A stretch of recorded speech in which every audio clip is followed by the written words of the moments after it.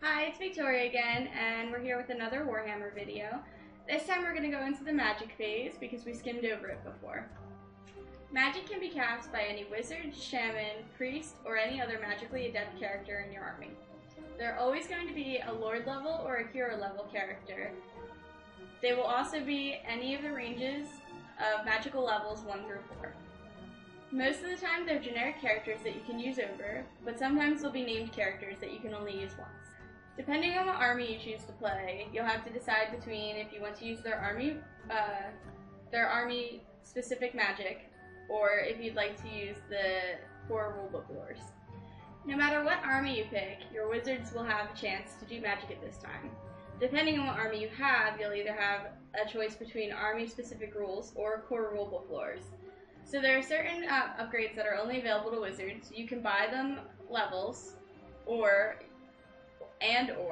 you can give them arcane items. So as I've gone over before, magic can be a really high risk, high reward phase. Wizards can be really deadly, but you also shouldn't base your entire army around it because magic can be very random, very fickle, and you have the chance to miscast, which can really devastate your own army. Bearing this in mind, magic can be a very good support to the rest of your army, especially depending on your opponent's army. So after all your points are spent, whatever level your wizard happens to be is how many spells you get. Such as level 2 has 2 spells. Your level 2 wizard has +2 when attempting to cast magic. If he ever fails to cast a spell, then he is done casting for this turn. Before you deploy your model, you need to establish which spells your wizard can use.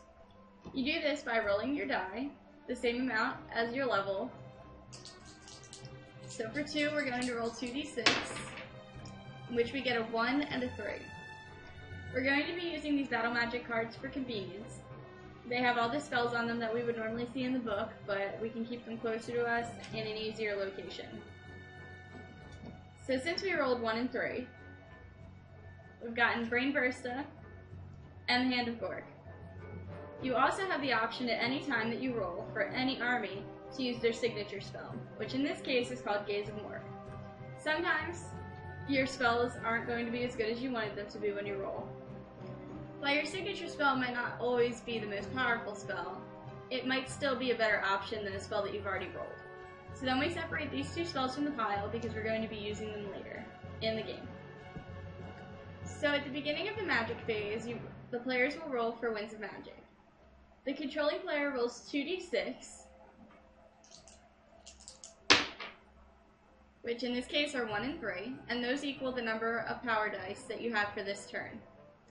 Then your opponent will take the highest number die that you have rolled, which is a 3 in this case, so they have 3 die to our 4. Every spell that you'll use in this game has a casting value. Ours are located on the top of our battle magic cards.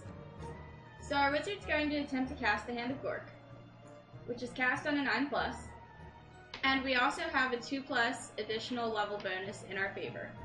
So he's going to have to roll at least a 7 or higher on 2d6 to successfully cast the spell.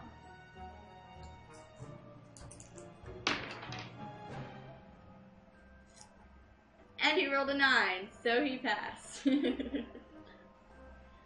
So after our wizard has successfully cast his spell, our opponent then gets the chance to dispel, or gets the chance to attempt to dispel. At this time, he has to roll equal to or higher than what we've rolled, in this case an 11, in order to dispel the spell we've cast. Assuming our opponent fails, our spell goes off as normal and it's resolved. This process continues until you're either out of dice or you fail to cast the spell.